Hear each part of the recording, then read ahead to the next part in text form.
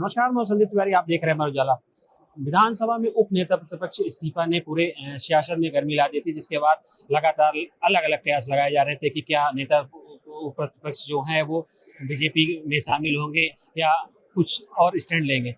आज उन्होंने इस मामले को पटाक्षेप कर दिया है। उन्होंने प्रेस के सामने आकर मीडिया से कहा है कि जो उनका इस्तीफा है वो व्यक्तिगत कारणों से है। उन्होंने अपने परिवार को समय न देने का कारण बताया। उन्होंने कहा कि मैं अपने क्षेत्र की जनता को भी समय नहीं दे पा रहा था, इस वजह से उन्होंने इस्तीफा दिया था। उनका कहना है कि हर बार यही क्यों कयास लगाया जाता है कि पद पर रहकर ही काम किया जा सकता है। मैं पद पर न रहते हुए भी, विधायक रहते हुए, अपने क्षेत्र की जनता के लिए और अपने परिवार के लिए काम करता रहूंगा। उन्होंने कहा है कि कांग्रेस पार्टी उनकी जन्मभूमि है, वहां पर वो लगातार बने रहेंगे। उन्होंने ये भी कहा कि हम अगर प्रदेश में अगर पार्टी की तरफ से लड़ने की बात आएगी, बीजेपी से लड़ने की बात आएगी, तो वो सबसे आगे रहेंगे। उनका कहना है कि मैं लगातार पार्टी में जुड़ा रहूंगा और पार्टी के समर्थन में काम करता रहूंगा। उन्होंने नेता प्रतिपक्ष से विवाद को लेकर पूछे गए प्रश्न पर कहा कि नेता प्रतिपक्ष से हमारा कोई विवाद नहीं है, वो हमारे बड़े भाई हैं, उनके साथ हमारा लगातार लगाव रहा है और जो भी परेशानियां होती हैं हम बैठ कर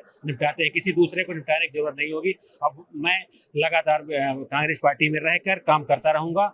और उन्होंने यह भी कहा है कि किसी प्रकार की बीजेपी में जाने के जो कयास है वो पूरी तरह से गलत हैं। उन्होंने ये भी स्वीकारा कि जो बीजेपी के विधायक है भगवान दास सबनानी के साथ उन्होंने कैंटीन में चाय जरूर पी थी, लेकिन इसका ये मतलब नहीं है कि वो बीजेपी में शामिल होंगे। वो उन्होंने यह कहा कि भगवान प्रदेश के अध्यक्ष नहीं है बीजेपी के कि वो हमें पार्टी में शामिल कराएंगे या उनसे हमारी कोई डील होगी।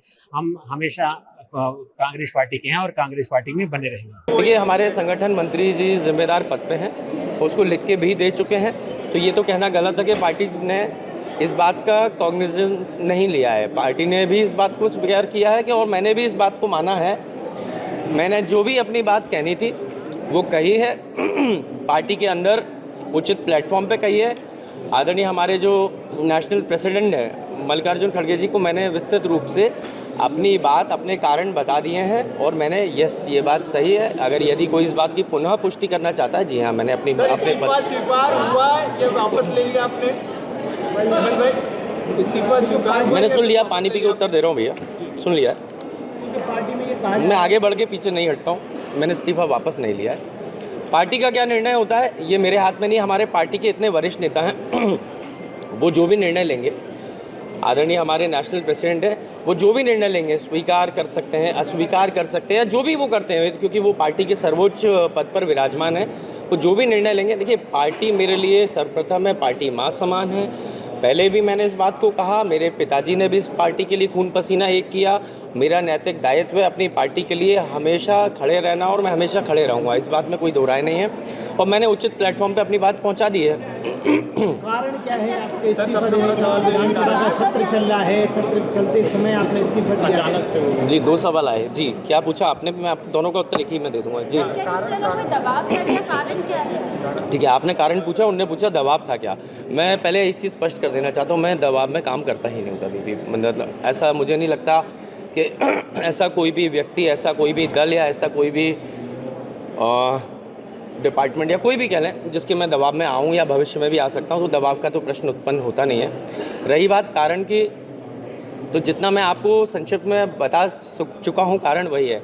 मुझे पता नहीं क्यों आप लोगों को ये यकीन करने में तकलीफ़ है या क्यों नहीं इस बात को आप हजम कर पा रहे कि भाई कोई कारण व्यक्तिगत पारिवारिक हो सकते हैं, कोई कारण है। भाई ऐसा थोड़ी है कि सब पद को मोह करके ही बैठे हो, पद के ही साथ मरेंगे। भाई हो सकता है मेरे पारिवारिक कारण हो सकता है मेरे राजनीतिक कारण हो, मेरे विधानसभा से जुड़े हुए कारण हो सकता है सदन के अंदर जब मैं अपने परिवार का त्याग करके, मैं अपने क्षेत्र की जनता का समय त्याग करके मैं यहाँ सदन में समय देता हूँ और सदन में आने के बाद क्या मिलता है, पूरी रात जागने की तैयारी के बाद यह मिलता है कि जो स्थगन प्रस्ताव जिस पे 35 लोगों की मौतें हुई और भविष्य में इन मौतों की पुनरावृत्ति ना हो, उस स्थगन प्रस्ताव को अस्वीकार कर दिया जाता है।